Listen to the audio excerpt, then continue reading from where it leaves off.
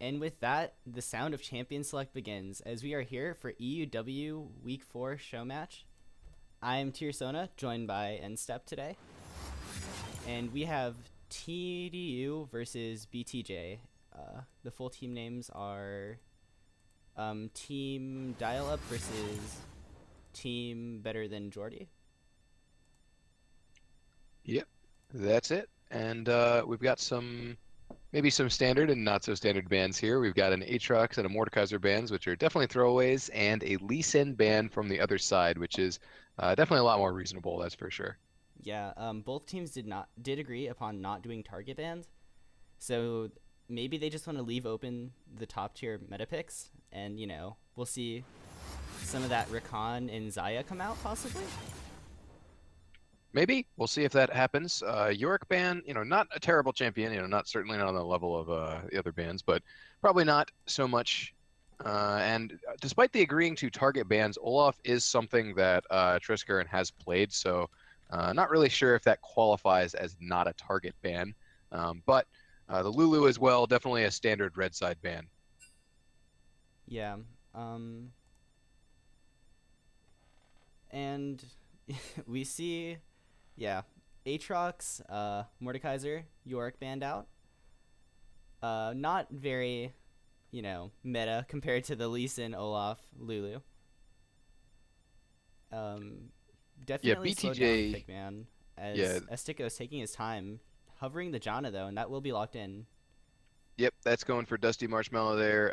Pretty reasonable. I did notice I picked it up. He's been playing Nami, Janna, and Thresh recently, so unless BTJ is going to throw three bans at him in game two, which I think is pretty unlikely, he's probably going to be picking one of those. The Nami on the other side, I did notice Brownie 90 or Brownie 79 has I think like 18 games of Nami in his match history or something like that. So not a big surprise to see that picked up here for BTJ. Yeah, and the Nami Vi coming out, that is a lot of, hard CC. But the Janna will be able to help peel away the Vi after the initial, Vault Breaker, of course. So definitely a good peel against the heavy engage. And we see Hecarim coming out, so very aggressive junglers. What do you think about the jungle matchup? So the jungle matchup is definitely favored towards Vi in the early game. Hecarim, of course, is more of a farm-oriented early jungler who doesn't really have a lot of dueling pressure in the early game. And Vi, is kind of similar, but has a lot more pressure early game. Doesn't scale as well as Hecarim. Hecarim, once he reaches that 2 to 3 item point, he's this super high damage, guy who could just ult onto the back line, one shot carries. It's very difficult to deal with him. Vi, on the other hand, if you build that much, like as much damage to do as much damage as Hecarim does, you'd be a lot squishier. So in this case, because this Vi has access to a Nami and an Orianna, maybe the Vi can build a little bit more damage and do something similar to what the Hecarim does, but we'll definitely have the early advantage, but not scale quite as well as you would expect from a Hecarim. Yeah, Caitlyn as well here, locked in, just a nice safe pick for Hoodclaw here. yeah. And as you mentioned, the Vi with the Nami and Orianna is much safer, so she can play more aggressively. But something that we see now, as the Orianna is picked up, is the Vault Breaker into the Orianna Shockwave combo. That is one of the most dirtiest combos, as you cannot prevent the Vi from getting in there. So she'll basically lock someone down and bring 1 to 5 people with her in the Shockwave. So that's an insanely strong team fight combo. As we Yep. see, an Akali locked in on the other team, a bit of an unusual pick, and can that's an insanely strong snowballing pick, and has a team that can help her enable. But Yeah, it is blind pick here though. yeah, So Crimea Riva just gets to take his counter pick of choice into the Akali. It's not something you see often though, so he may not have much of an idea what to play into it. Nautilus will probably do fine, but it is worth noting that Akali does do a good amount of hybridized damage, so she can do pretty well against the tanks early in the game. Once the tanks hit, 2 to 3 items, it's hard for the Akali to continually do much to them because the Nautilus is just gonna, shield. He'll auto attack for the root, slow, walk away. It's hard for the Akali to really do much unless the Akali is able to get a substantial lead early on with that hybrid damage because when the first item is going to come out for this Nautilus, he's not going to have both armor and MR, right? So the either the E or the Q from Akali is going to be doing a substantial amount of damage. Even if she does more magic than physical, she does have access to some physical at the oh, very least. we're back into lobby. Let's see what happened. Question marks coming out. I don't know what's going on. I didn't exactly see what happened. It didn't look like he Possibly failed to lock in, but an account issue, or sorry, not an account issue. Possibly a lobby or client bug. It happens quite often in customs these days. Before or after new client. Customs not the best place to not have bugs in your client. So we'll see what happens with this. yeah. We'll take a quick second and be right back. Also, those little beeps you guys might be hearing is the client. Sorry about that. That will be muted promptly. But it looks like we're getting back in soon, so I don't think we're gonna go to a break. I think we're just gonna wait a few seconds. Um, but up until then, what did you think of the compositions? So I think it's pretty clear that BTJ was, building up a really strong team fight comp, and TDU is not really looking so much like a team fight composition. They have a more like oriented towards winning lanes and snowballing composition, even though they do have a bit of scaling. Things like the Hecarim do scale well. But when you have an Akali on your team, you typically don't expect to be, team fighting as much, just because Akali has such a harder time in those team fights than she does in a small skirmish or a 1v1. So it kind of looks to me like BTJ has a much better team fight, but TDU is probably going to have the side lane advantage as long as they can get this Akali snowballing, as long as they can get this Akali ahead. And they also have the pick advantage with the Syndra, could potentially hit that QE combo, stun somebody from long range, and then maybe try and pick them off. Although, of course, it's hard to pick people off against a Nami and an Orianna. So we'll see if that works out. Yeah. So we're going back into pick and ban. Um, oh, Or not. or not. Just as I switched the overlay over. Um, it looked like someone from the opposite team had an issue this time. So it looks like we're gonna get back in shortly again. Both teams having a little bit of misplay in champ select. Okay, we are back in again. Maybe this time we'll get to game. Third time could be the charm. That might be all we need. As we will be running back through same pick and bans up until the last one, which I don't know if that was locked in. Was the last pick locked in on the side of BTJ? I believe that the last pick was locked in, which I'm blanking on what they last picked. Yeah, Oh, it was the top. It was the Nautilus. So yes, they did lock in the Nautilus, and so it should be exactly the same pick and ban as you can see coming out here. Yeah. So yeah, everything is going to be the same, exactly what we were expecting.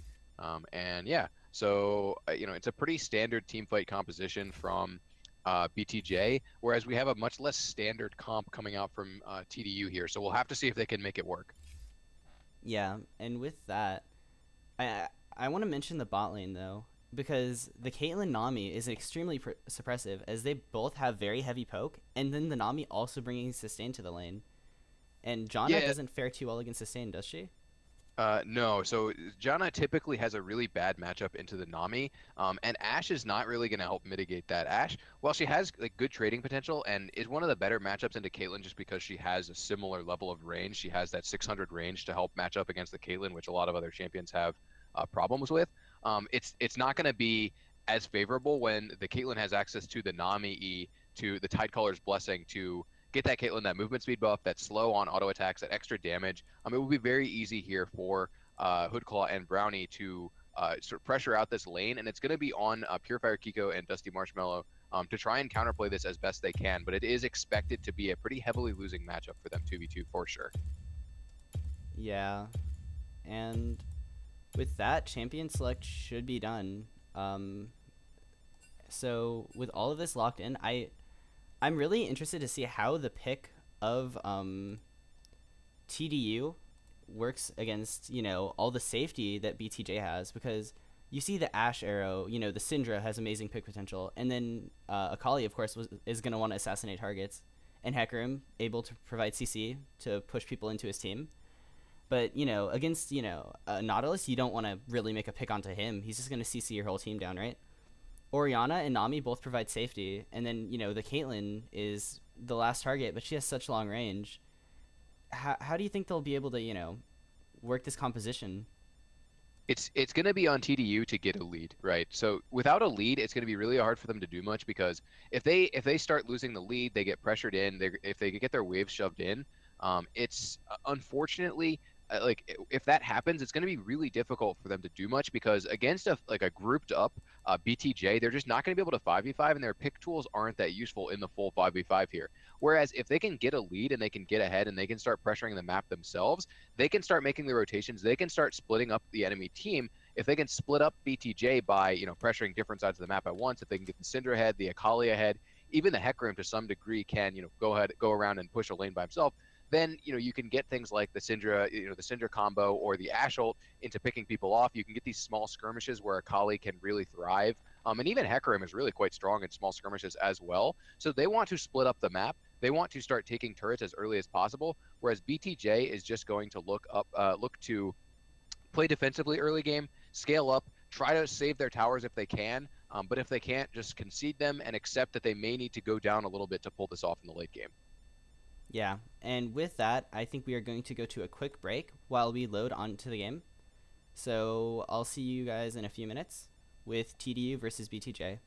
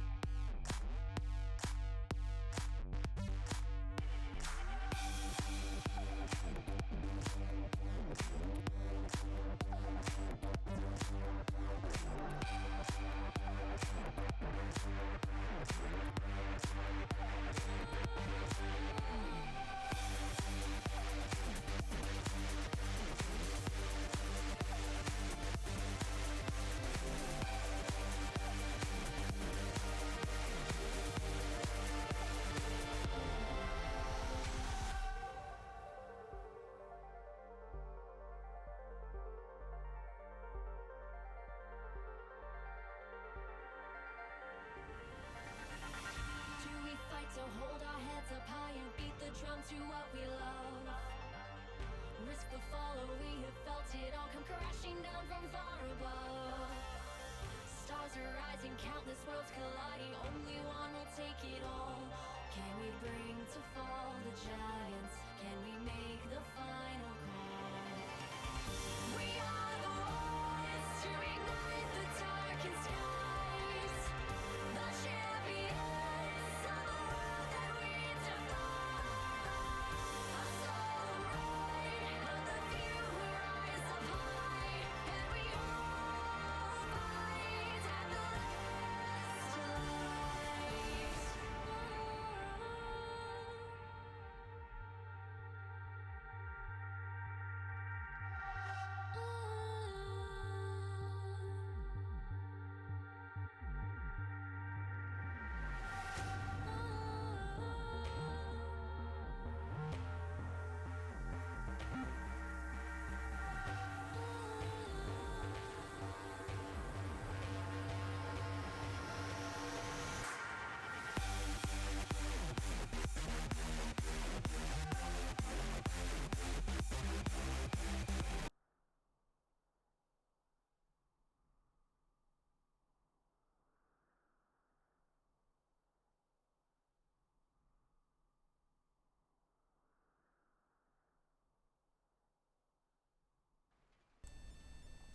All right, we are into the game, and it is now on stream.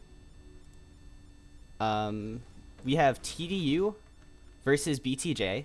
TDU on the blue side with Estico 100 in the top lane, Treskaren in the jungle, Harbo in the mid lane, Purifier Kiko in the ADC position, and Dusty Marshmallow as support. Versus BTJ with Crimey Ariva in the top lane, accountably as jungle, Space Dandy in the mid lane position, Hoodclaw as the ADC, and Brownie79 as support.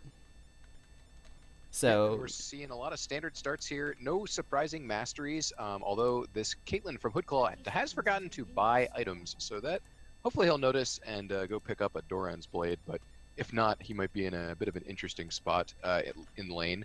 But yeah, masteries are pretty much what you'd expect, although it is worth noting we are seeing the Thunderlords from this Akali top lane. Some people prefer to go for other masteries like the Grasp or even the Fervor of Battle to go for more alternative builds, like the tankier Bruiser builds, but this probably is going to be an AP Akali with the Thunderlords, so pretty much what we were expecting.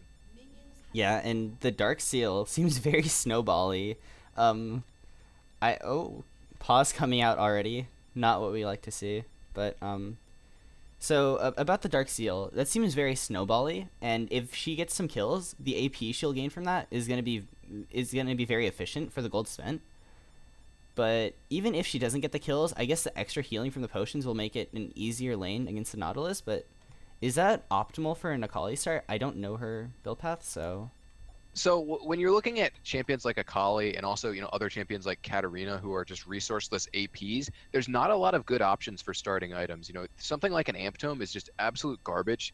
Amp Tome as an item is 435 gold for 20 AP, which is borderline worthless, right? Amp Tome feels super bad to buy at any point in the game, so you're not going to be starting an Amp Tome. And really, the only options for APs in lane that are resourceless, since Doran's Ring isn't really worth it, you can go Dark Seal, you can go Doran's Shield, or you can go Boots. Right? Boots are not very useful in this matchup in this top lane because there's not really, the only thing you can dodge is the hook, and it's just really not that strong to do that. And having 4 pots is nice, but you can still get 3 pots if you get the gets the Dark Seal. So it's really between the Doran Shield and the Dark Seal. In my opinion, the Doran Shield might have been a little better here, but I can certainly see the argument for going for the Dark Seal. It does offer more potions, so you do have a little bit more overall sustain for your first early laning phase where you don't come back with extra like potions or anything like that. And in some regards it does give you more snowballing and it does give you better trading potential since you have more AP, but it's definitely a less safe start than the Doran Shield. Yeah, and something else starting item wise to mention is that Ashe did go for the triple longsword, so she's gonna have those extra potions, as well as Janna going for the ancient coin. Now some Jannas do this and some also go for the spell thieves. I feel that Ancient Coin provides much more.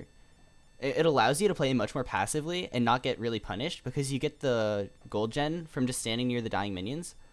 While if you had Spell Thieves, then you'd have to kind of play more aggressively, being forced to trade to get your gold generation. So against that heavy poke bot lane, I feel that that's a good choice, although she doesn't have that extra AP then. You typically only see the Spell Thieves on Janna into either melee matchups or matchups where it's easy for you to pressure them. And since this is a pretty heavily losing 2v2 lane, it makes a lot more sense to go for the coin here. So I do think it's the correct choice, and I don't think that the Spell Thieves would have been very good here on the Janna. Yeah, I agree with that. But everything so far looks fairly standard. Both jungler is getting a leash. Hecarim opted to start up in the top side to get the blue buff. He has a very mana intensive clear. So I believe most Hecarims do go for the blue buff early. And that will allow him to work his way towards the bottom side and potentially get a gank in, although his bot lane is playing very aggressively for a losing bot lane. Yeah, it's interesting to see that. It's also interesting to see, I'm sure partially because Asterco did go for the leash for the Hecarim topside, the Nautilus was able to get the shove on the wave level 1, as we're seeing a trade in the bottom lane here. Good bit of damage. But... yeah, trap missing after the bubble was thrown by Brownie79, so... Hoodclaw not hitting the trap on the Ashe would have guaranteed an extra 100 or damage or so. Yeah, that trade could have been much worse for Kiko there. That could have been a really, really, really bad start to the lane. That could have been probably 2 potions blown off of Kiko, whereas at this point it's only 1. So still at a respectable point in lane. We're seeing Space Dandy might go down here. Yeah, Space Dandy getting very low. Harbo popping the Ignite, not flashing in, and Space Dandy has both summoners. They're both fairly low. No kill coming out for either player, but now Space Dandy actually has the kill pressure in the mid lane on Harbo. Yeah, Treskiron was in the area, but didn't choose to go for the gank. Maybe didn't want to try and risk going too close to the turret. But I think he probably could have traded his Ghost for the flash off of Space Dandy there, which is, of course, it's a favorable trade, as a jungler. Typically, if you trade flash for flash with the enemy mid laner, it's better if you do Ghost, as we're seeing another trade in the bottom lane here. Tornado just goes wide, though. Yeah, and for anyone who hasn't watched Learning Fives recently, there is a spectator bug where it will freeze every few seconds. So we will ×2 speed every once in a while to catch up to live, but you'll see some pausing and speeding up, so we apologize for that, but there's nothing we can do since it's right side. Up in the top lane though, a little bit of trading going down, but no real kill pressure since no ultimates yet. As there's another freeze. So what these junglers, have they really not been finding any gank opportunities, or what's been going on with them? Because it's been pretty passive so far on their side. Well, you typically expect this from the Hecarim. The Hecarim, going for maybe one early gank with speaking of Ghost, Hecarim, just ganking like up in the this. top lane. Yeah, Crimey Ariva dying to Treskiron and Astico 100 there.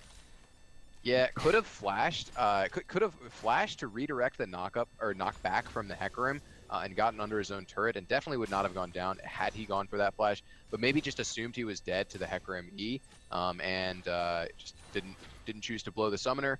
Ends up going down. Buying a cloth armor and boots here, I don't think that's going to be very effective against this Akali that's clearly going for an AP-centric build, so I'm not really sure what he's going for here, and I don't know about Crimey Ariva just getting this, dying early, falling behind, and then building an armor item. It just does not seem like the place to be. Yeah, against the, fairly AP heavy team, and the Ashe who has the enchanted crystal arrow plus all this. Oh my, Space Dandy kills Harbo in the mid lane with a flash Q W auto. Thunderlord's burst. Really good outplay by him there. Punishing Harbo for playing aggressively there. Yeah, really nice. And you can see these trades onto Crimey Ariva top lane are pretty rough now. His items just don't really give him much. And even though Astico hasn't even based yet, that extra AP from the Dark Seal doing a little bit of work, and also just, the levels in his spells at level 5 does a good bit of base damage as well. So we'll see how that works out. But we're also seeing that Kiko and Dusty Marshmallow are doing some good trading. And accountably there.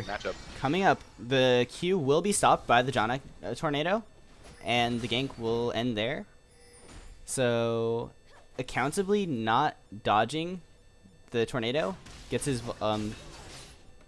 Q canceled, and up in the top lane though, Astico taking Crimey really low.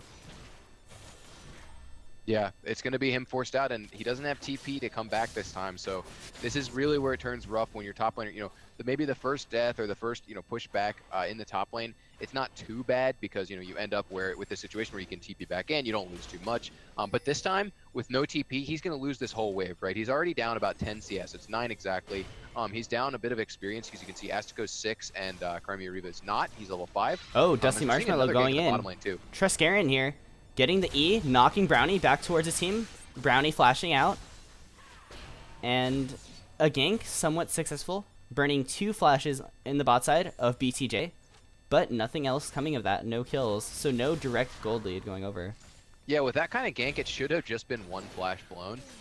Whoever Hecarim chooses to use that knockback on, you flash immediately afterwards. They don't have any follow-up CC at this point because the Ashe is not level 6, the Hecarim is not level 6. So you can just say, all right, I'll get knocked back and then flash. But for whatever reason, they decide to go for both flashes, and just for extra safety, as we're seeing a lot of Space Dandy. That's the Syndra play. Yeah, wow. 100 to 0 right there. Well, not 100 to 0, but pretty close. 70% to 0 or so. Yeah, you hit those Qs on Syndra these days. You hit that ultimate, you ignite, you auto attack, you get the Thunderlords, you get it all that damage in. Syndra does a whole lot of damage, and that's hard to really play against. Especially as an Orianna, you gotta think maybe you should have been playing a little bit further back against this Syndra to not get hit by all of the skill shots. Yeah, and it looked like since Space Dandy had the kill in the mid lane, he would be pretty safe. But if we look at the CS lead and, the go, hold on, Crimey Riva up in the top lane, forced the flash, Triskelion using the ultimate, and that will be a dead Nautilus. Yeah, this time he dies and instantly picks up that null magic mantle. Oh, nice knockback from Harbo, but he's still gonna have to blow the flash. Yeah, so nice play from Accountably there to get that flash out. Wow, a lot of damage on Dusty Marshmallow. I'm wondering if he's running armor runes, but we'll see. I guess Hoodclaw does have 3 points in trap here. He's not going for the Q max on Caitlyn. This is kind of what you would expect usually from a Caitlyn in this kind of lane matchup where the traps are very powerful. Accountably gonna get caught out a little bit. Accountably, yeah. He does have Space Dandy following him up, though. Space Dandy does have the shockwave, and it is not blown yet. There it is. Astiko only being hit by it, and that will be the end of the trade, as Triskelion was not picked up in the shockwave. Yeah, interesting scenario there where they get the 2-man roam and they do catch them a little bit unawares trying to push that turret, but they're not able to pick up anything off of it. Space Dandy and Accountably, maybe had they stayed a little bit closer together, maybe they could have picked up at least 1 kill, possibly even both. But because Accountably went a little bit early without Space Dandy to back him up, didn't quite work out quite as well. And I don't think Crimea Riva actually wants this trade. Yeah, looks like that's going to be in the end of it, though. Although Space Dandy is... Oh, okay. Harbo almost let him live. Decided, no, I will end you here. And then takes him out. And, yeah, this Syndra is ramping up. I mean, that is, what, 29 CS already in the mid lane? That gold difference is almost 1,000 right now.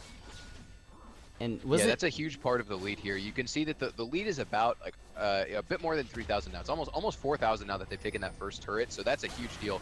Once they go back and spend this money that they're sitting on a decent amount of gold in pockets on various members here, especially Harbo. But like once they spend this gold, they're gonna be able to have a huge lead here for TDU. TDU is gonna be in a really good spot to close out this game. And like I said, they need this early lead to be able to pressure and to be able to split up BTJ, because without this early lead, they wouldn't really be able to play the way they want to. But because they have this comfortable early lead, they're going to be able to play however they want, and however they want is to split up the map. Yeah, and while, BTJ might have a more cohesive team composition, TDU is just pulling out the early game by a mile. And this is pretty, dominant so far. Only 1 kill going over to Space Dandy.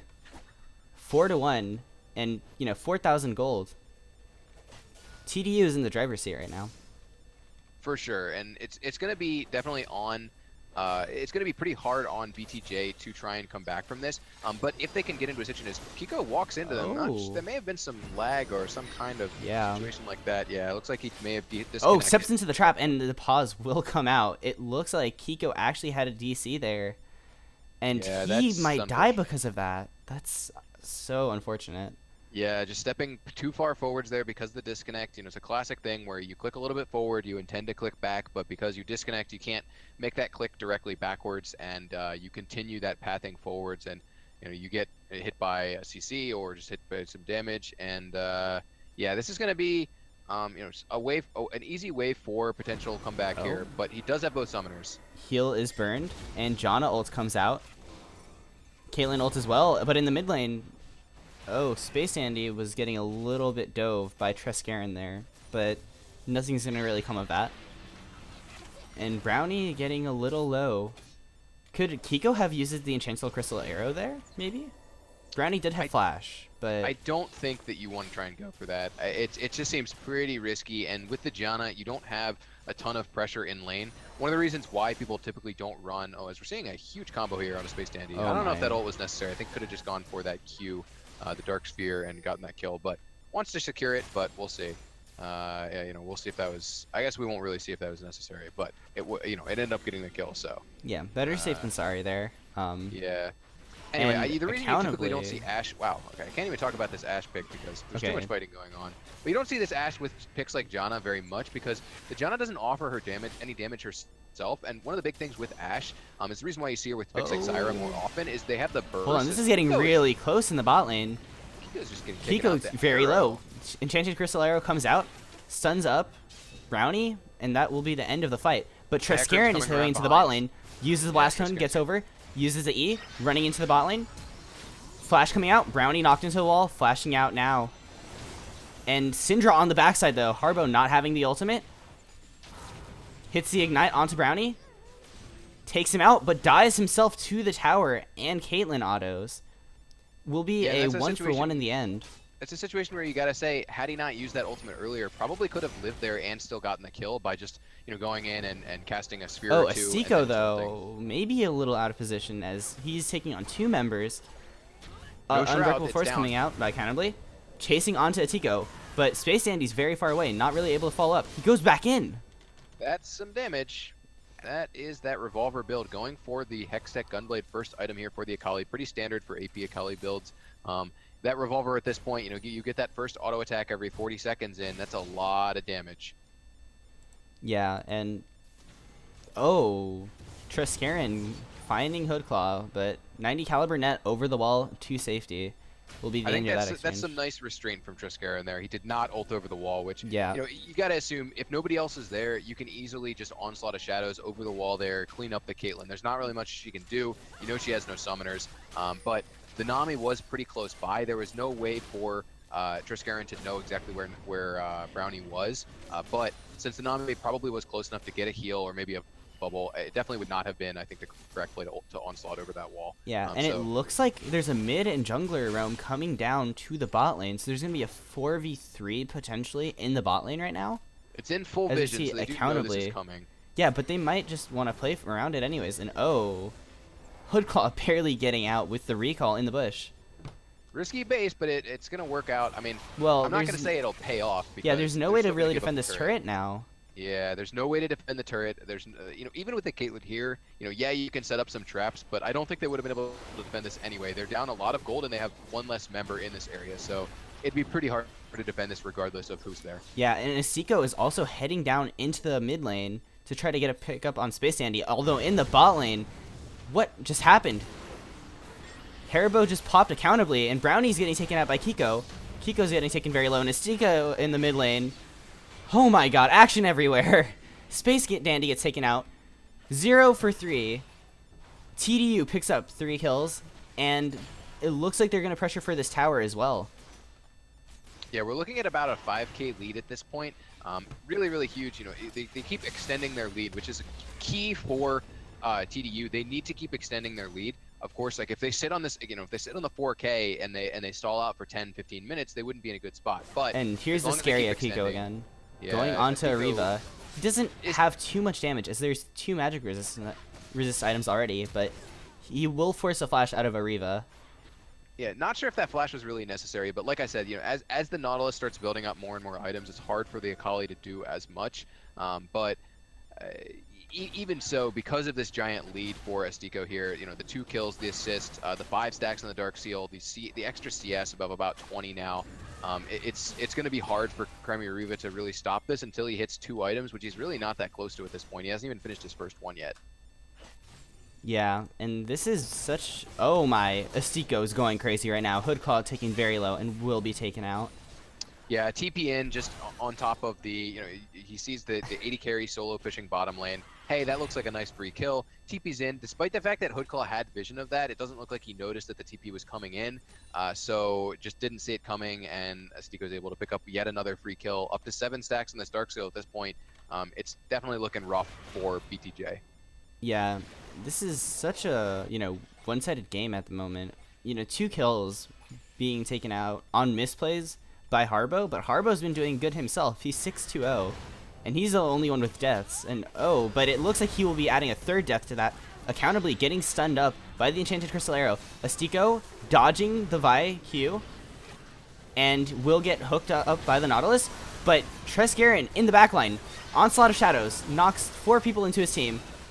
This is going very crazy. Astiko getting very low, and it looks like Ariva will be taken out. And a 1 for 3 again in favor of TDU, getting 3 kills. Yeah, at this point, they're so far ahead that even with a nice pick, I think, onto Harbo, Harbo is definitely out of position there. It's just really hard for BTJ to punish these kind of missed positions because they're so far down in gold that, just look at the mid lane item difference, for example. This is a Syndra with Morellos and Ludens compared to the Orianna with just Morellos and not even level 2 boots yet, right? Like, it's basically almost a full item up in the mid lane, and it's pretty similar in most of the other lanes as well. You can see things like Triforce compared to just a warrior enchantment in the jungle. That's somewhat close, but it's still a huge advantage to the Hecarim as well. And I want to mention Brownie is looking like he's gonna get an Ardent Sensor first item. I don't really know if that's a great idea because Ardent Sensor, you're giving a damage buff to your team, yes, but do you really need damage when you guys can't even really stay alive at this point? I think he really needs to be itemizing towards the locket for the magic resistance and the protection he can give his team. I think he would be better off going for the redemption here. I think that really the best option is that redemption. It gives you extra healing power as well. But again, at this point, I'm not really sure if it matters that much what the support is building, just because the lead is so massive. And Brownie might even get taken out here by the Syndra Unleashed power, but could not get in range because of Enchanted Crystal Arrow missing. Looks like that will be the end as Hoodclaw and 90 caliber nets out. And yeah, that's the kind of situation where if the Syndra had that rank 3 ultimate to get that little bit of extra range, that Nami would have died there. Brownie would have definitely gone down. But because of the trap placement, which is a nice trap placement by Hoodclaw, it could not quite get in range without flashing, and Harbo didn't want to commit the flash to that kill, since if you flash forward in that situation, I think you'd probably get taken out in return. Flashing for a 1-for-1 when you're this far ahead doesn't really make a ton of sense. yeah, and we see Asiko actually picks up the Magi's, upgrading the Dark Seal that he started with. And I mean, that Dark Seal has been having insane value because he has not died once with it. He now has 50 bonus ability power on that, and that is a scary Akali. There really needs to be a lot of magic resist coming out by BTJ right now. Yeah, and I think the thing that makes the most sense in conjunction with the Medjai's coming out is he's obviously going for this Zhonya's next item. As Hoodclaw is just gonna not have a good time against Syndra, but he does barely survive. Yeah. So. It looks like Harbo. Harbo getting taken or stepping into a trap, getting low, but that's not going to matter as Astiko going onto Ariva in the top lane. That is insane damage with the buff from the Rift Herald, and the Nautilus ulti will come out. Astiko getting low, burning the flash actually, not getting the kill. Yeah, I think that was a nice play. There was a nice idea at the beginning. You just, you go on the Nautilus, you take out a bunch of his health for free, but then going for the tower dive against Nautilus with ultimate up, with his Courage of the Colossus still not triggered, it just didn't make a ton of sense. So I'm not really sure what Astiko was thinking there, but ended up, just losing a flash and not dying. Dying here would be really unfortunate for him. He'd lose all these Medjai stacks, and that could be a potential window back into the game for BTJ if they were able to get a kill onto Astiko. And without flash now, that's actually a real legitimate possibility if he does make another play like that. Yeah, but we do see a play being made potentially by Triskaran, not going in for it as Hoodclaw was a little overextended. And it looks like everything is going to come to a slowdown for now as BTJ is going to be stalling out and turtling while TDU is prepping to siege, it looks like. Astiko getting chunked out though. Yeah, nice chunk, but he does have that Gunblade plus the innate sustain, so he'll be able to pick up that health back off of either a wave or this red buff that he's doing right now. So that's not too big of an issue. It's really just going to be on TDU to try and pressure their lead. Like I said, they don't want to stall out and they don't want to just let this game, sort of just extend for no reason. They need to make sure that they keep pressuring their lead. But Astiko did just get bubbled. I think they maybe could have tried to pressure on that a little harder. The flash unleashed power. Hoodclaw living with 1 HP. Yeah, that's part 2 of him just barely surviving a Syndra ultimate. So, I guess that's pretty promising in some regards for Hoodclaw. That he's not getting completely one-shotted. That is the advantage of having these champions like Nami and Orianna on your team, is that they can help defend you, which is definitely nice. But it's going to be hard. Nautilus going onto Kiko right now. He's going to get locked down, but that Nami will be annihilated in the backline by Harbo. Now it looks like it's being turned around actually. BTJ on the defensive as TDU is chasing down, getting Crimea Riva. And that kill going over to the Janna, actually. Nice turnaround and great peel, and that's something that Janna provides. Yeah, that's a situation Oh my, where, onslaught of oh shadows man, onto Dandy. He's getting that so is some low. damage. But looks like that's going to be it. No team to follow up with. Just the flash blown in return for the ghost, although could have just held that, I think. Maybe if he'd gone for the ghost initially, he could have maybe pulled that up. But that's another situation where it's, you have the superior team fight comp, you have even numbers. Oh, Dandy getting really low. Getting a shockwave into the trap. Kiko getting locked down. Taken out. Yeah, nice plays here. Nice counterplay by BTJ. This is exactly what they need to do. They need to clean up these against these over-aggressive plays. But going back to that play they made earlier in the mid lane, where they have even numbers, they have the better team fight comp. They say, let's go for this 4v4. We have a nice catch onto the enemy AD carry. They're just down too much gold to go for that kind of play, and they really just need to be going for the kind of plays that they just got there, where they get a nice catch under turret. They are able to combo that shockwave into the trap. They get the chain CC. And they're able to take someone out for free. In this case, it's Kiko. So definitely a nice play there. And they need to be looking for more of that and less of the even-numbered fights. Yeah. And now we see some more grouping around the mid lane. This game has been very mid lane centric by what we've seen so far. Although in the bot lane, Astiko, the assassin from hell, coming for Hoodclaw, almost 100 to 0 him. He doesn't commit to it, actually letting him live. Yeah, I'm surprised he didn't go for that since the slow was still on Hoodclaw. He could definitely have caught up and gone for that Shadow Dance into range. I'm kind of surprised that he didn't try and pressure for that kill. Even if you assume the Nami is there, worst case scenario, you probably trade 1 for 1. Maybe with the Medjais, he says, I don't want to trade 1 for 1. So maybe he's just respecting the fact that there could be a Nami. Oh, Enchanted Crystal Arrow comes out, does not connect. Astiko still staying on accountably. Bubble not connecting by Brownie, and he is now actually out of position on the defensive. Onslaught of Shadows into the E. He will be taken down. Shockwave goes down onto Harbo, but he will not be taken down. And he will actually take down Space Dandy. So that is a 2 for 0 in favor of TDU yet again. And they have been playing fairly well. I mean, look at this. Another tower being taken out. At this point, it's a 10k lead. There's really not a lot that BTJ can do now. I don't think, with a 10k lead, you can really just force onto the enemy, inhib turrets, and there's not much they can do. It's going to be pretty hard for BTJ to really, come up with anything that looks like a semblance of an equal fight, even if they have more members than TDU in it. It's just going to be really hard for them to do much. Yeah, and with this, I mean, they kind of have to be looking towards game 2, kind of just planning out right now. What do we need to do? What do we need to change? What's going on? What went wrong, right? But how can... It looks like every lane kind of just lost. I mean, everyone on the side of TDU just did so well. What do they do here? So I think the... maybe not shining light, but I think that... There's a pause. Yeah, there's a pause, but it gives us time to talk about some Yeah. stuff. So I think the big thing is you pick these matchups, you pick your top laner last, and then you still don't secure a favorable matchup, right? The Akali definitely wins against the Nautilus.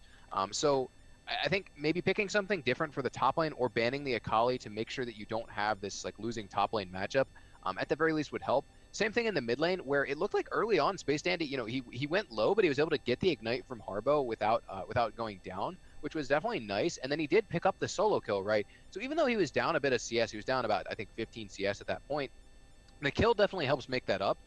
And so maybe if you secure better matchups for your solo laners, instead of focusing on the matchup in the bottom lane where, BTJ had this really favorable matchup in the bottom lane, but they weren't able to successfully pressure that out very much, even though you can see Hoodclaw, Hoodclaw and Brownie did fairly well. Hoodclaw is still up in CS on Kiko at this point, even though TDU is very far ahead, so you typically wouldn't expect to see that.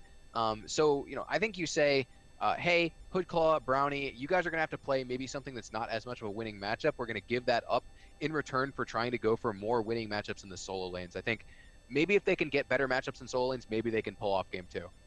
Yeah, and something else to mention is there's some very high death numbers across, the top, mid, and support position for, BTJ. So the game is unpaused. We will be getting back into it, but I mean, with all those deaths coming out, it makes it very hard for Caitlyn to actually be able to do enough damage against such tanky or high damage champions. So I think that the team as a whole kind of just needs to play more cohesively and not give up free kills. And up in the top lane, it looks like another kill might be given up as accountably is being forced off. And Enchanted Crystal Arrow disconnect, but it looks like nothing will come of that. Yeah, I think that was a nice play by Accountably to back off, realizing there's no way to save the turret. And of course, it's an over-aggressive Enchanted Crystal Arrow by Kiko. And now would be the kind of time where if in the the unlikely event that BTJ can get a fight somewhere, maybe they can get a good Oh, fight here. Brownie's getting chunked out, almost dead. Onslaught of Shadows into Syndra. Oh, Unleashed Power actually being used.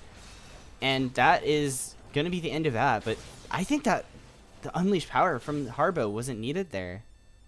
No, I want to point out that was actually that whole fight was caused by a misplaced pink ward. I'm not sure who placed it, but from the side of BTJ, up in that little that curved brush there by the entrance of the base, that pink baited them into thinking that the brush they were in was not warded, but they were actually on full vision because the pink was placed a little bit too close to the wall and couldn't see. As we're seeing the Baron go down, this is definitely free. There's no way. Yeah. There's no way a contest comes in time, so that's just gone. That's a free Baron. Over to the side of TDU. And they'll probably be able to push into the base and end with this Baron, I expect. Yeah. Only inhibitor turrets standing, although no inhibitor turrets have been taken out yet. So that means that, yes, they are able to possibly turtle out in their base, but with those Baron minions being oh so tanky, it's going to be interesting to see if they can hold, but it's very unlikely as, 14,000 gold lead coming out from TDU basically means this game is just kind of, gonna be slowly stabbing away at BTJ. Yeah, you got to kind of imagine at 10k when the gold lead at 10k is like pretty respectably, like you think of that as like an insurmountable gold lead. At 14k and an Infernal Drake and an Ocean Drake, you got to kind of imagine, okay, Don't forget the Baron. Yeah, plus the Baron, you got to kind of think, okay, we're thinking about game 2 at this point, right? There's just not really much that they and can do. Astiko going in on Super Dandy, getting hit by the Vi ultimate. Still going crazy, though. Accountably getting taken low. And a pause coming out, actually. Don't know if Space Dandy had an issue there or something, or someone else just randomly who wasn't in that fight. Well, issue or no issue, I don't think there's much he could have done. Even with the flash, you're not going to get away from the Shadow Dance from Akali, so Yeah. I don't really think that would have changed anything, regardless of whether he used it or not. And so yeah, we'll see. But what they end up saying they're pausing for, but things are just rough at this point. yeah, and during a pause, teams are allowed to communicate in Learning Fives, so we don't say you can't talk during mic because we can't moderate that. We don't want to have to worry about cheating and whatnot. So both teams can plan if they want to. And it looks like Hecarim is right behind that Nautilus on screen, and it might mean that Accountably will be taken down here. They're either talking Asiko and Triskaran. They're saying either we're gonna commit to this, we're gonna get that Vi and then get out, or we're just not gonna go for her. And their team is just planning either we try to protect the Vi with the Nautilus with the Caitlyn right there, or we just let the Vi die and cut the losses. So it's gonna be interesting to see what these teams discuss and how they play around the pause, as that is an actual important thing. It allows teams to really show their decision making when just thrust it into a decision where they have time to discuss it and just they don't have to make like a panic decision or whatnot. They get to make the decision that they would, and we really get to see how these teams think. Yep, and I actually think it's pretty likely Astiko gets you get the reset. You get 1 extra charge whenever you get a killer assist on Akali for your ultimate. So has at least 1 dash up. I think he may even have 2, depending on how many he has, and we can't tell while we're paused how many charges he has up. If he has 2 charges here, coming out. I think if he might be able to take out Accountably by himself if he's got 2 charges, but he's Oh, not. and it looks like they're going for the Caitlyn. She's actually on the wrong side of the wall. That will be taken out. Astiko getting the first kill, taking tower aggro. A little freeze. He's still taking tower. Wait, Astiko, no! He loses the Magi stacks and dies.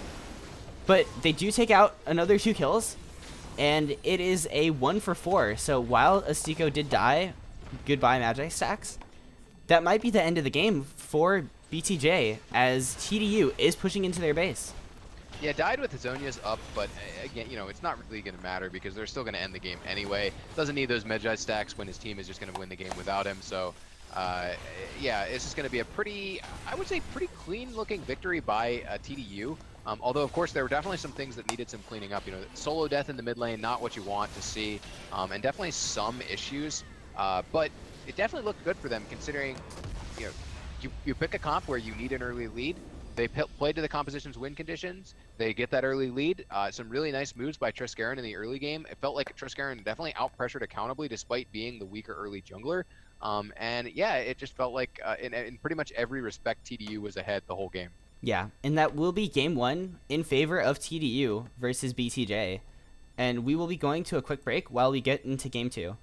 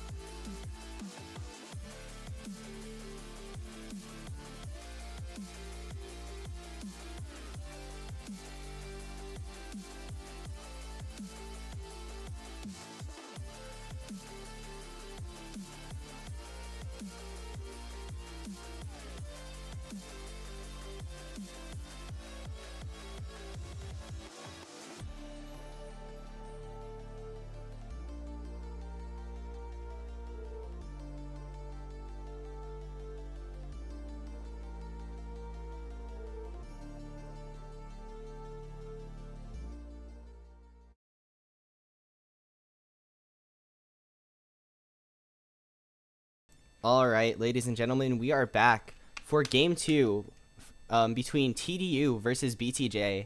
TDU one up in the scoreboard. And what are you looking for in game two, End Step? Well, I think the Hecarim ban makes a lot of sense. It definitely was really, really, really good for Triskaran, but the weird thing is that it doesn't. I don't know if necessarily they should be focusing on banning out Triskaran here, because Hecarim, like his early game isn't even that impressive, right? And he was still able to pull off those moves with it. So you got to think in maybe some regards that he could still make the same thing happen with another jungler that maybe has even better early game. The Akali ban though, I understand quite a bit. If Ariba doesn't have anything that's good into the Akali to play, it makes a lot of sense to just ban that out.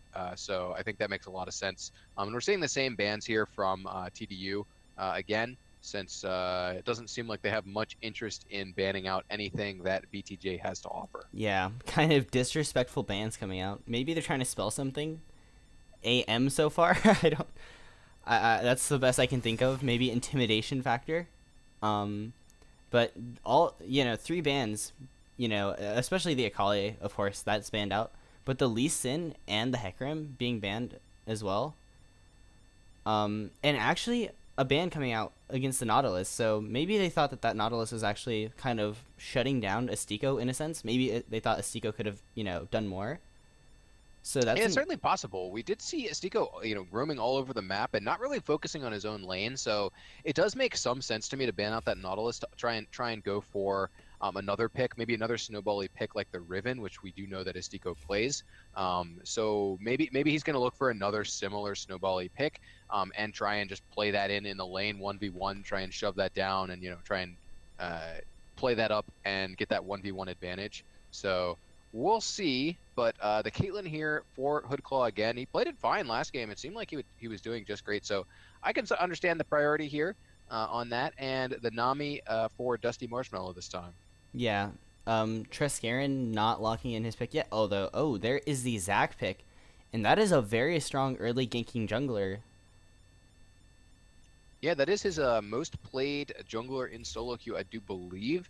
So yeah, we'll see if that's going to end up being better or worse than the Hecarim. I would kind of expect it to be even better. Maybe it's something that seems like he might be even more experienced on. The Ivern here for Accountably, that's something that's interesting. It's a really interesting pick. It's a supportive style jungler. It makes sense with the Caitlyn, and it does seem like BTJ is oriented towards these support style compositions where they're playing around the Caitlyn. So last time that didn't work out because they fell too far behind in the early game, but maybe if they can get better lane matchups, maybe if they can avoid falling so far behind, maybe that's that 5v5 Kate, like sort of hyper carry ish comp. Maybe that'll work out for him this time.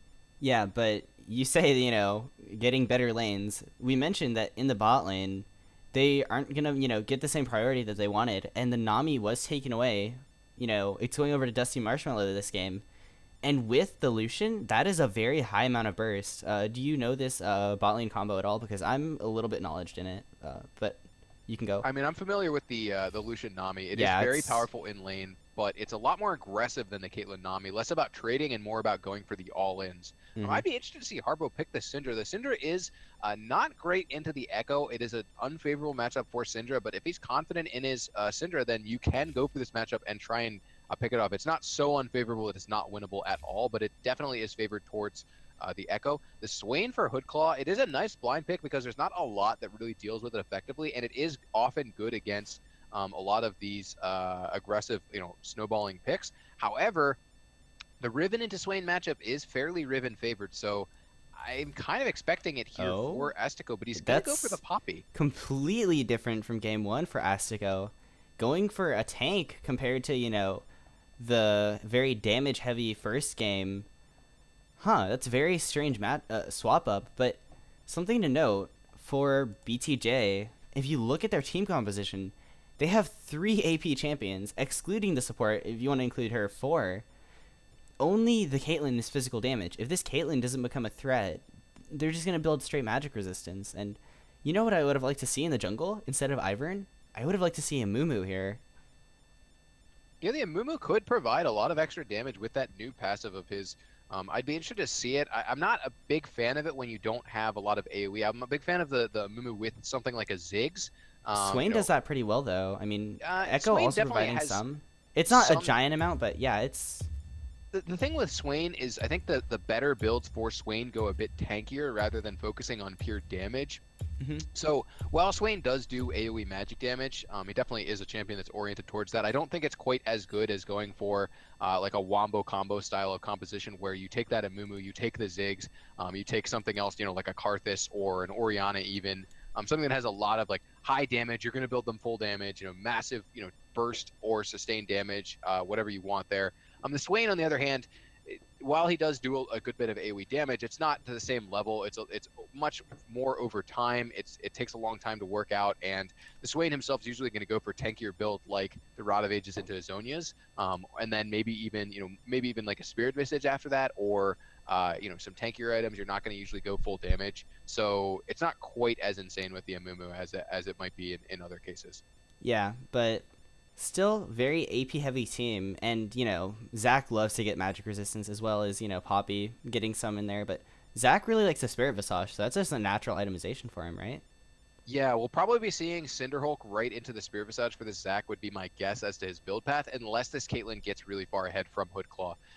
The Caitlyn Morg is an interesting lane because it's very, very easy to combo that Dark Binding into the traps from Caitlyn, so that can be really dangerous to two squishy champions like Lucian Nami.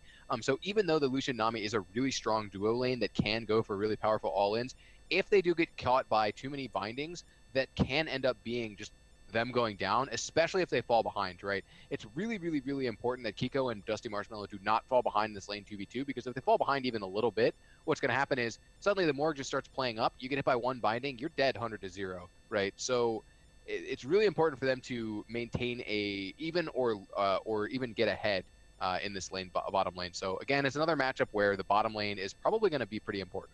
Yeah. All right. Well, with that, we will head to a short break as we are going to load into the game. So we will see you guys in a few minutes.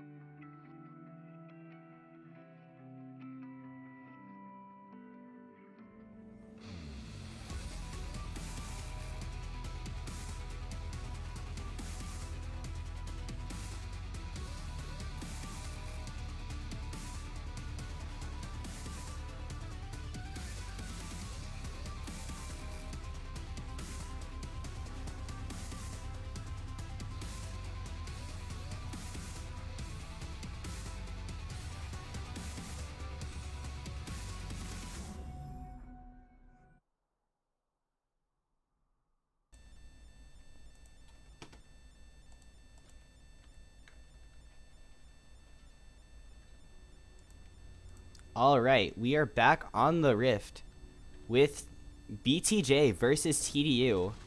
BTJ, oh, pause coming out immediately. BTJ on the blue side with Crimea Riva, accountably, Space Dandy, Hoodclaw and Brownie79. With TDU on the red side this game, Astico 100 in the top lane, Tress Karen in the jungle, Harbo in the mid lane, Purifier Kiko in the ADC position, and Dusty Marshmallow as the support. So, end step. What are we looking for this game? Especially early on. Well, hopefully we're looking for everyone to be connected to the game the whole time. But, of course, a lot to ask. But, I think we're looking at mid lane. We're looking at this Echo to play aggressively early on. We're looking for Space Dandy to try and clear out waves, maybe go for an early base and TP back to lane. This is one of the reasons why Echo is considered to be considered to be favored against the Syndra, as you can go for the early pressure with the early wave clear from the Echo Q, the Time Winder, and you shove in the Syndra. The Syndra can't really push back very effectively. You can even go for an early roam if you want, and then you can use your TP to get back to lane with an extra either Corrupting Potion or Dark Seal or Doran's Ring or something like that, and just then use your item lead to bully the Syndra. So that's why Echo is considered to be favored into the Syndra matchup, even though Syndra has typically like a lot of pressure against melees. Echo is really good at mitigating that, and of course it's hard for the Syndra to actually kill the Echo through the parallel convergence shield, through the potential stun there, and of course through the ultimate to return and gain a bunch of health and guarantee you immunity to Syndra ult. Oh, Harbo sees Space Dandy on the backside of this, and everyone's just gonna walk out awkwardly, just waving at Harbo while walking out of their jungle. Yeah, it's a little bit weird to see this level 1 from TDU, because against an Ivern, you want to protect your jungle as best you can and make sure that you don't get one of your camps warded, which is exactly what happened here. Now, Accountably is very open to potentially mark his blue and then go for the root caller into smite, into marking the camp and then smite on this red buff, because he knows that Treskaren's not starting there, so it would be potentially a free steal away from Treskaren. So maybe we see a reaction from Treskaren saying, okay, I know my red is warded, I'm just going to go do Ivern's red. But there's even potential counterplay here from BTJ, because they've warded their own red, so they'll know if the Zac does go there. So this is really nice level 1. Really nice level 1 here from BTJ, and I expect that this is going to give the Ivern an early lead of some kind. We'll see how he wants to play it, though. Yeah, and you mentioned this mid matchup a little bit. Space Dandy versus Harbo, Echo versus Syndra, and I feel like the ultimate is a very big thing to mention, as the level 6s for these champions is pretty dynamic. Well, it's pretty simple, but it's very important into the matchup. Yeah, and the big thing is that, like, normally in a melee into Syndra matchup, the Syndra has the push advantage, so you can get your level 6 first. So even if their ultimate is really powerful in the matchup, it often won't matter, because you'll be able to pressure them out at that level 6 point, so you can get an advantage that way. But in this matchup, because Echo has the push advantage with that Time Winder, it's really hard for Syndra to get an XP lead. Also, because this is one of the reasons why you take teleport. But you're seeing a trade in the bottom lane here as Kiko gets level 2, but that Warlord's Bloodlust actually getting Hoodclaw out of that bubble. That was really nice there. Had he taken Fervor, he would not have been able to dodge that bubble and probably would end up going down his heal or his flash there. Yeah. But, in the mid lane, Treskaren possibly looking for something. Where is he? Okay, there he is. He's not using his E. Oh, he's Eing now. He's walking up to Space Dandy, forces the flash out. And, Kiko getting very low in the bot lane, though. Exactly what I was talking about. That Dark Binding into Trap combo is so deadly. If you get hit by that Dark Binding, that's a heal, right? Like, this time it's a heal. Next time it'll be the flash. The time after that, it'll probably be his life if he keeps getting hit by these Dark Bindings. So, yeah, there's a lot of danger here for Kiko and Dusty Marshmallow, even though they do have the superior all-in. Yeah, and the amount of CC on BTJ's team is insane. I mean, you have the Root Collar from Ivern, you have Daisy's knockup, you have Swain's W. Speaking of Swain W, onto Astico, taking him very low. No kill being picked up, but that is a very low Poppy underneath his tower. Yeah, 1 charge left on the Corrupting Potion here from the Poppy. He's going to get forced out here, and this is going to force an early TP from Astico eventually, once he loses this last charge of the Corrupting Potion, which you can see is used. I don't think he's going to go down, but it is going to be the TP eventually. Although, Crimea Reva does have no mana now, so that's going to go down as well. So they're going to both be fine with an early TP, early base and TP here, I would imagine. Yeah, and you're speaking about the mid lane shove from Space Dandy. Oh, hold on a second. We're going to put that on hold. As Treskaren charging up the E. It's connecting onto Hoodclaw, but he does have the Black Shield, not getting CC'd. Onto Brownie79 now. Gets bubbled, and he will force a flash out. Zac flash auto attack. Picks up the kill. Triskaran coming out with the first blood. Kiko backing out there. Hoodclaw not getting a return. And that will be the end of that. A little bit of trading in the mid lane. But looks like the action's going to slow down for now. Yeah, an unfortunate mistake there by Brownie79. Had he not walked back towards Kiko to exhaust him, he actually would have saved his Oh, the exhaust bubble! and lived his Hoodclaw Backwards gets 90 caught. caliber net! Forcing the flash out of Hoodclaw. What? Yeah, so interesting mistake by Hoodclaw that he netted in the wrong direction, but it actually would have been better, you know, had that bubble not canceled the net there for Kiko and Dusty Marshmallow, because they could definitely have picked up that kill potentially. But, you know, so the bubble on the net cancel, pretty nice there. So Dusty Marshmallow picking up some nice pressure, but yeah, going back, that was a really big mistake. Astiko getting low Astiko again. going Yeah. pretty low. Yeah, you typically don't expect to see the Poppy go down here, though, even at low HP, but yeah, it's just the Swain has a lot of pressure advantage in this kind of matchup, but not a lot of kill pressure. So you get ahead, but you don't have the ability to kill usually. Space Dandy getting a little traded on, but Harbo is out of mana. Now, when Harbo is level 6, if he doesn't get that mana back up, that's going to be no kill pressure in the mid lane. And this is exactly where Space Dandy should be basing and TPing back to lane. And this is a big mistake by him not to do so, because what he can do is if he bases and TPs back to lane, he can pick up an item lead, which let's see how much gold he's sitting on right now. He's currently sitting on about 950 gold, almost 1,000 gold. So he could have picked up like for example, a Doran's ring plus a corrupting potion or a corrupting 2 potion amp tomes plus would have a been Dark Seal. decent, right? Yeah, two amp tomes would have been okay, although I don't. tend Doesn't to he like that normally as go for much. the revolver? You do oftentimes, but in this matchup, you usually go in Negatron Cloak, so you can trade with the Syndra easier. So That makes sense. I think going for early game itemization would have made more sense. Something like Doran's Oh, rings and Dark Harbo Seals. getting hit up by the Nice. root collar into the dark binding. Space Dandy going in, not getting the Q, and he's getting very low. The ultimate can come out though, not connecting onto Harbo. He will get ignited, take the Syndra Q. Waddling away, Close. Ignite takes him down. Harbo last getting a hit. kill onto Space Dandy. And And Swain, Swain. yeah, just walking around healing up. Used all of his mana there, yeah, though. I think that may not have been the best decision. Oh, Dusty Trap? Marshmallow. Oh, there is the trap, but it is not fast enough as Dusty Yeah, Marshmallow will walk unfortunately, out. Hoodclaw was not quite close enough to get that trap. So it's a nice binding by Brownie, but Hoodclaw was not quite close enough to follow up on it, unfortunately. So not able to pick up any huge pressure off of that one. You can see that at this point, Hoodclaw is a little bit ahead of CS, or sorry, yeah, a little bit ahead of CS, and is going to pick up a little bit more as well from that wave under the turret. So that's fine. The Echo going down a little bit in CS against the Syndra, no, not too bad, but well, we're seeing this could potentially be a kill. Brownie here. getting It's low. a No fight. mana for the Black Shield. Kiko going in on him. Last auto will take him out, and now Hoodclaw is on the wrong side of the lane as he's getting chased down by Kiko. Dusty Marshmallow flash W, and Kiko will flash to secure that kill.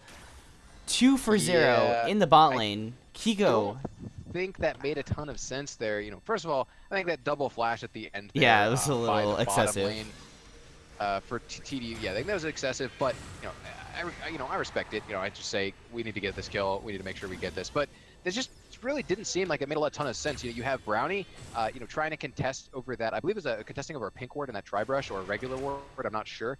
And then Hoodclaw sort of goes around the back and tries to flank them as Caitlyn, and then Kiko and Dusty Marshmallow just say, okay, we're just gonna try and kill this Morgana before the Caitlyn could get in range to do anything, and then Hoodclaw is just kind of standing there and kind of walking in and then saying, oh wait, where'd my support go? Oh, Brownie's already dead. What's going on? And then, oh, well, now suddenly Hoodclaw is dead. He's forced to go for really bad early itemization like double dagger Brawler's Glove. He's pretty much useless at this point in the game. Oh, and it's gonna be Triskaran up really in the top lane, though. Maybe getting a gank Yeah. off. He will be spotted out. But Astiko using the Poppy ultimate to chain into the Zac Elastic Slingshot. Oh, looks like that will be the end of that. Yeah, not too engage bad for stops. Riva. I mean, losing the flash obviously is Yeah. unfortunate, but he still has pressure, so it's okay. I want to mention something about this Swain. He opted into going for the Blasting Wand instead of going for a Ruby and Sapphire Crystal and maybe a Pink Ward instead or something. He has no mana because of that, and I think this Swain really needs to get that early Catalyst. I mean, even if he can't complete it, he should be building Yeah. towards it. in these tank matchups, I think you're much better off going for the earliest catalyst you can possibly get. The blasting wand is something you can get when you either get an early lead or Space Dandy might get Oh, ulted and here, but yeah. he'll just cancel it with his own ult. So yeah, it's like the blasting wand is a start that you can go for. His Hood Claw is taking a lot of damage here, but I don't think he's gonna go down. Oh, Dark Binding, allowing Actually, some a return fine damage. trade there. So that's actually ended up working out just fine for Hood Claw and Brownie, despite the fact that it seemed like that shouldn't have worked out so well for them. So Hood Claw does have the red buff here as well, so he'll have a little bit of extra out of combat regen too. So I think that trade is actually going to end up favoring Hood Claw and Brownie in the long run. You can see Hood Claw is up to full HP at this point, although Kiko does have lifesteal, so he can potentially make up that difference as well. All right. Now, okay, hold on. Maybe we have some action here. We do, as Brownie gets bubbled into a Zac. And both flashes coming out from the bot lane of BTJ, but that will be the Morgana taken out. And another kill going over to Kiko, as this Lucian is going to get big. The Lucian's big, and this is an Infernal Drake going over to a team that is probably one of the worst kind of teams you can have to get double Infernal on, which is to say you're running a double tank composition with a a traditional support, not a mage support. So you're not going to get as much benefit from this as you normally would on a standard team where you don't have double tanks or you have a mage support. But it's still going to be pretty good in the mid to late game when you start stacking up AD and AP. If they can get it, it doesn't get stolen. Oh, and it's secured by Kiko again. Kiko is securing everything this game. He's been securing the kills as he is looking for another kill onto Hoodclaw on the back end of that fight, as Hoodclaw just walked up and got punished for it. I don't... What? Yeah, I think Hoodclaw maybe maybe a little bit out of sorts here.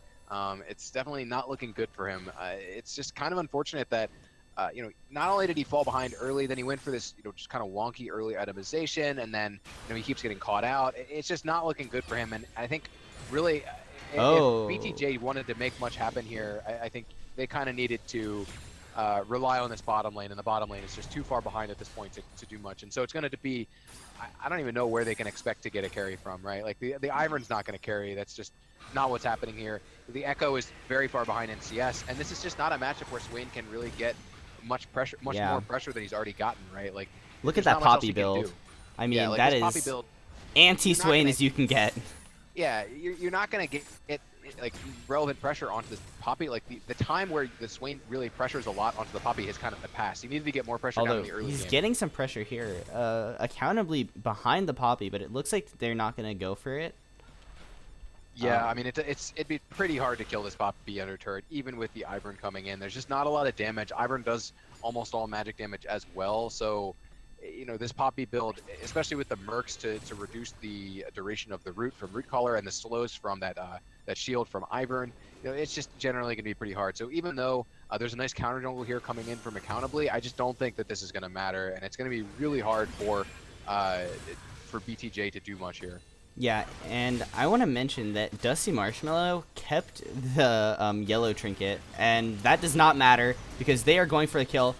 Black Shield's still on, the Tidal Wave will not connect, but Kiko is just going to keep on auto-attacking. Relentless Pursuit into the kill, and he's now looking for Brownie. Double kill for Kiko, and that is just a scary Lucian. He is just fed, straight up fed. He is extremely far ahead. He's got the Blade of the Ruined King, he's got the cooldown boots, and let me see here. He's sitting on another 1,000 gold, so we'll see what he ends up picking up. Most likely going to be going towards the Black Cleaver, is what we would expect from the meta Lucian build. But we'll see if he goes for that. He could even go for another Zeal item. Really, at this point, he's so big that he could go for whatever he wants. But Space Dandy going to get stunned, but not much going to come of that. That Echo ultimate really helps against the Syndra. It helps, deter her from ulting you because you'll just, press your R, and your ultimate is on a lower cooldown than hers. So it's really hard to get relevant pressure from the Syndra with that unleashed power. Yeah. He got very low there, though. Eating a lot of damage in the mid lane. Oh, who got that? It looked like Zac did secure it with a smite. The Ivern cannot smite the camp unless it's already marked. So Zac, and then you can see the Zac smite is on cooldown and Ivern is not. So yes, Zac, the Treskaran did pick that up here and did get the counter jungle in successfully. Oh, Brownie with the Black Shield, not getting bubbled. Nice escape. But stuff like that isn't really going to have too much of an influence. And I mean, Accountably just smited his own red buff. When an Ivern has to smite camps in his own jungle, stuff is going downhill. Yeah, it's really unfortunate. This Ivern, I actually feel like Accountably has played this game fairly well. He did get an early XP lead, and he got a little bit of pressure down. I feel like maybe he didn't try and pressure Ganks enough. It didn't feel like he was going for enough. Whereas Triskarin, despite like losing his red buff to the Ivern early on, despite getting out jungled in the early game, he didn't go down too much in experience, and he was able to pick up a lot of relevant ganks. So it feels like, despite Accountably playing pretty well, his team just fell too far behind for him to do much, and maybe he didn't try and play as aggressively. Like, he didn't take as many risks as he may have needed to. So I don't know. This game is looking very, very, very rough for BTJ. Even though the gold lead is only 6K, this is still 14 minutes and 45 seconds. Or something like that. It's really, really, really big lead for this point in the game. And with this setup of compositions, it's just going to be really hard for him to come Oh, back to happen. Dark Binding onto Harbo, but Brownie in the backside getting taken very low. Let's Bounce coming out from Triskarin as he is onto Brownie, but Brownie looks like he will escape. Space Dandy getting very low now. And now Triskarin is actually the one who's in the sticky spot as he's going to Elastic Slingshot out. But Hoodclaw 100-0 by Harbo. Completely deleted. And Kiko is now here. Papa Lucian joining in the fight. Daisy getting smashed down. There she goes. Ooh, dash into the Dark Bind. I think that the most impressive thing from that fight is how many Oh, traps there goes Sandy. that Oh, Hoodclaw missed. never mind. Oh, Triskarin actually getting really aggressive. Estiko does have teleport. Is he going to teleport to save his jungler? BTJ going to No. be getting their first kill of the game here, but I don't think it's really that relevant. Even though that's definitely an overstep from Triskarin jumping in there with the Elastic Slingshot. It's just not going to be enough. They need way more than that to start coming back in this game. And I'm not even sure, what sequence of events that could happen to get them back in this. Yeah, that Lucian maybe is like just... Baron steal or something. I mean, but this Lucian is just absolutely yeah. enormous. And you can see he's so far ahead, he doesn't even feel like he needs to go for the Black Cleaver build path, right? Like that's a really nice mid-game build path, gives you a lot of like extra tankiness, resilience to damage. But he doesn't feel Kiko doesn't feel threatened enough to need to go for that path. So he's just going to go for probably, this looks like a Phantom Dancer for himself, and he's just going to be able to duel people in the side lanes if he wants to very easily, and even deal with anyone that does want to dive him. Yeah, and I mean, this game is just like, it's even more one-sided than the first game, I think, right? In the first game, there was a few more kills. It looked like there was some glimmer of hope, but this game is just so... The gold, I think, is a little bit more is similar, but in this particular game, just because of the champion picks, I think that this one is looking even worse than the first game for BTJ, just because they've put themselves in a position where they don't really have a lot of comeback mechanics, and they picked champions that really needed to win lane and don't necessarily scale as well as their counterparts, and because they've done that and they're not winning lanes, they're not really getting ahead in the early game. They put themselves in an even worse position where their comeback methods basically boil down to, man, let's hope we can stall this out to 50 minutes, steal a Baron, and then somehow steal away the game, right? Well, and that just seems so unlikely at this point. Their late game isn't actually bad. Ivern is pretty decent late game with all the protection that he has. It'll help against the Syndra, so Syndra kind of will fall off once they get to the very late game. Well, for sure, it's not. The early game's not horrific, but yeah, I think when you look at champions like Echo does not scale very well. Against champions with level 2 boots, against 80 carries that can crit you for half of a third to half of your HP.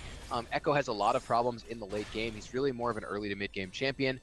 This Morgana, Morgana is not a late game support. She becomes less and less useful as the game goes on for the most part, because things like the Black Shield can get easily popped in the late game, as we're seeing a nice big blast here. Ariva getting very low this time, as that Swain ultimate is not enough to keep him up. Dusty Marshmallow will get healed by the Redemption, and Kiko just pops Hoodclaw. What happened there?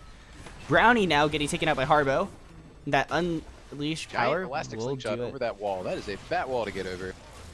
Yeah, and that is going to be the top tower taken out. That will be the second tower for TDU. I'm not going to mess it up. Yeah, TDU. Of course, yeah. But yeah, we're looking at a game where you've just got this enormous gold lead and double Infernal, And even though, like I said earlier, that the Infernals are not as good on this particular team as they would be against, as they would be with, more damage dealers, more champions that would be building AD and AP. They're still going to be pretty great for this super fed Lucian and this, respectably large Syndra as well, right? The Syndra going for the same build as last game that Morello's into the Luden's Echo. That's a super high AP build, and these double Infernal at this point even gives you a respectable amount of gold value just from these items alone. I want to... What's so... Oh, Wow. Harbo's not going to get picked up because there's nothing that can lock him down as he joins his team. Now the mid tower is taken out. Accountably is getting engaged upon. Asiko knocking him towards his team. He's getting flung into that team, and Lucian just pops him. I mean, now... Oh, my Hood Claw. Look at that health. Just 2 shots him, drops him below half HP. I believe that was a crit, maybe even 2 from Kiko for that damage, but Space Dandy trying to go in, but just gets CC'd and cannot... Harbo taking tower, though. Harbo, no! Another They're question kill. mark pinging him. Another kill for TTJ, but again, just like the first one, it's just not that relevant. You know, TDU is still going to be able to shove this in and take another turret. I mean, it's the little victories that count, especially in such a rough game like this. 2 Infernal Drakes. I mean, that just makes his Lucian even more impressive. And, I mean, the win condition right now is if Lucian's dead, then there goes most of the team's damage and gold. But the rest of the team is just too tanky to kill, really. And Harbo can just pop whoever tries to kill him. I mean, at this point, the gold difference is so lopsided. You can look at just the gold difference between, you know, yes, you could say, okay, if we take out Kiko, if we take out this Lucian, yes, that takes out 9.2k at the moment of the opponent's gold, right? But then if you look at every other lane has an advantage as well. You know, about a 1k lead for Estico in the top lane. You've got, you know, about 1.5 for Triskaran in the jungle lead. Harbo has a huge lead here, over 2,000 gold up on Space Dandy. And then even in the support position, we're looking at a 2,000 gold lead for Dusty Marshmallow, right? So even if you somehow take out this Lucian, every single member of the enemy team has over 1,000 gold up on on their counterpart. So it's going to be really hard to do anything, even if you somehow get a crazy pick on this Lucian. Maybe if you get a crazy pick on a Lucian and you get Baron or something like that, but you know, at this point, like they don't even have to do Baron here for TDU to win the game, right? So they don't even have to risk a Baron steal. And if they do Baron, they don't have to allow BTJ to get anywhere close to it. So they can only do 100% safe Baron if they want to, right? So it's just really hard to conceive of any way for BTJ to come back. I forgot how to change the scoreboard. Wait, I got it. Okay. X is the key. Yeah, I had a little hiccup there with reduction, as Hoodclaw had a hiccup too, getting taken very low. But Kiko is actually locked down a little bit. He's going to be completely fine, though. Too tanky. And, oh, this fight is getting really hectic. Dandy's getting taken out in the backside. Ariva in the middle of the lane. Now is the prime target. Kiko pelting him down. He will be taken out by Harbo. The culling is used, and Elastic Slingshot onto Countably. Kiko is gonna shoot him a few times. Triple kill for Harbo, actually. Kiko's probably saying, KS, KS, those were mine. But Harbo, glad to redeem himself after dying to tower, and it looks like they're heading towards the Baron now. This Lucian is so big, they'll be able to burn this pretty quickly, and Triskaran can definitely tank it, or Astico can take it. You know, they got the beefy front line with double tanks. Unfortunately, since one of them has armor, you know, it's not as free to take as it normally would be, but there's just no chance of a contest here. There's no way for anyone on the side of BTJ to get in range, to even attempt, throw your 30 damage skill shot at it and just hope. You can't even do that at this point. And again, this is a situation where with this Baron, there's pretty much no way that TDU can't close out the game. Just pushing in lanes, taking inhibitor turrets with this Baron buff. They even have a couple of inner turrets to clean up at this point. When they got the Baron in the last game, they had just inhibitor turrets to take, but they'll probably have to spend 30 seconds or a minute or so taking out these inner turrets. Looks like they're all going to 5-man bottom to take out that inner turret there, which is already pretty low. Makes sense. Maybe I don't even know what you do here if you're BTJ. I feel like maybe you try and go for a base race mid lane, but of course you're not going to be able to do that. It's just not going to work out against the Baron buff. So, what are you thinking here if you're BTJ? I don't know. There isn't much to think here besides let's try to do as much as we can. Maybe try to stall out the game and just make picks. Try to do some flashy plays and just have fun because that's all they can do at this point. Yeah, there's basically no chance of winning this game unless... I mean, minuscule. It's like a 1% chance. It would be a legendary comeback. I think the chance is directly correlated with the chances of someone on TDU just disconnecting for the rest of the game. And even then, I think that it's potentially it has to be Kiko. Could 4v5. Oh, and Hoodclaw just get... Oh, the locket and the heal. That's everything's... support locket there coming up big. That Ivern, the shield, the locket, the heal, everything coming in. I guess no heals, but The heal was used by summoner Hookaw. heal. Yeah, the summoner heal was blown. So Ariva so. getting really low, playing aggressively, and Kiko is now trying to punish him for that. Picks up that kill, going on to Brownie now. Is going to get stunned up by the Morgana Blackbind, and or the Morgana ulti, but he gets taken out by Dandy, and Dandy now gonna return back to his towers, and oh my, Fiesta, what happened? They killed Kiko. Yeah, no, perfect game for Kiko, and it was a nice slick set of moves by Dandy there to pick up that kill and get out, but a little bit of Oh, Harbo tanking tower again! Just barely not going down. Almost died the same way he died before. That one death almost repeating itself for number 2, but yeah, we're going to see some pushing into bottom lane. They're going to go for a second inhib turret. I think they might be too low to get the third inhib turret, as Hoodclaw will be back up here, and you know, even if he's not super strong, does have the Runons, does have a BF sword, so it does a little bit of damage at least. So I think they're going to be backing off, maybe not trying to end with this Baron. Yeah, and I want to mention something that Kiko did that I really liked in his itemization pathing. He built an Executioners, and he's just sitting on it. I absolutely love that. Against the Swain, against the Redemption coming out from the Morgana, as well as the Ivern, gonna have that Redemption, and if he picks up an Athene's, even more healing. There's a lot of healing to actually shut down there. And this is definitely a really smart choice. Yeah. Definitely a really powerful choice in the current meta. It's one of the reasons why the item is going to get nerfed in the mid-season patch. It's going to be more expensive, and I believe the duration going down as well, but we'll see if that ends up going through. Yeah, I mean, the Executioner's Calling is just such an efficient item when you're playing against champions like Swain, and you know, even to some degree other champions, you know, just summon or heal, right? You know, even that it's so effective against, and you just consistently for 800 gold, you get a respectable amount of AD and this super powerful passive, right? So yeah, I absolutely agree. I think Kiko definitely smart to pick that one up and sit on it, and at this point he's sitting on the Blade of the Rune King, the Black Cleaver, the PD. You know, that's 3 completed items, and then another half of one with the accountably. Speaking of Kiko, almost getting him. Bubble. Double. Oh, and there goes Kiko dashing out. Actually, what? I think maybe misclick. Huh. I think I'm not sure about that one. I think they could have tried to pressure up for that, but went for the safe play. I guess. I don't know. Kiko he didn't need a to dash there, even if he wanted to go out though. He could have just. I Oh, don't what know. the Harbo did you do to that poor Hoodclaw? What? Yeah, that EQ and Woodens, that's half his health. I'm sure it would have even done a lot more than that if he'd been at full HP. He didn't even use his ulti, and here we go, accountably dying. Brownie now getting chased down. Bubble not connecting, but Kiko still just relentless pursuing in, going for the kill. He's actually taken very low, as Dandy is going to use the Echo ultimate to deal damage to him, but not connecting. And that is 4 for 0. That's gonna be TDU the just, game, I think. yeah. They're going to be able to just walk in and end this. Looks like we're going to be seeing a pretty clean 2-0 for TDU. Definitely some misplays by them, some deaths going over when they really didn't need to give anything up. But overall, really well played by them, and going to be taking the 2-0 win here. Yeah, padding the scoreboard at the end there. 2-0 for TDU over BTJ.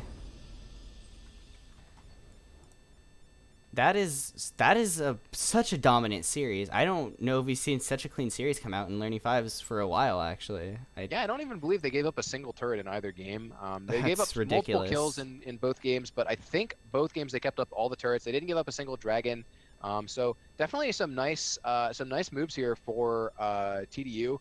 Despite getting in some situations where maybe somebody lagged or walked in and got caught, or maybe no lag or disconnect or anything, and maybe just a bit of overcommitting, like for example from Triskaran, diving a little bit too deep with that elastic slingshot. But still, overall, really well played. Really nice to see these kind of things, and it's also nice to see that even with the 3 bans on champions that they played last game, or I think 2 bans plus a Lee Sin ban on champions they played last game, they're still able to do pretty much the same thing with different champions, so not super reliant on one thing or another. So yeah, nice to see. Yeah, and with that, we are going to end the show match for today. Thank you all for joining us. I am Lol Tiersona. That was NStep on color casting. And if you want to follow us, just go to our Twitter in the description, or join the Discord, as the signups for the next Learning 5 session are going to be live in a few weeks, I believe. So definitely check that out if you are interested in joining. And with that, that will be the end of the show match for today. So thank you all for watching, and hopefully we will see you soon again.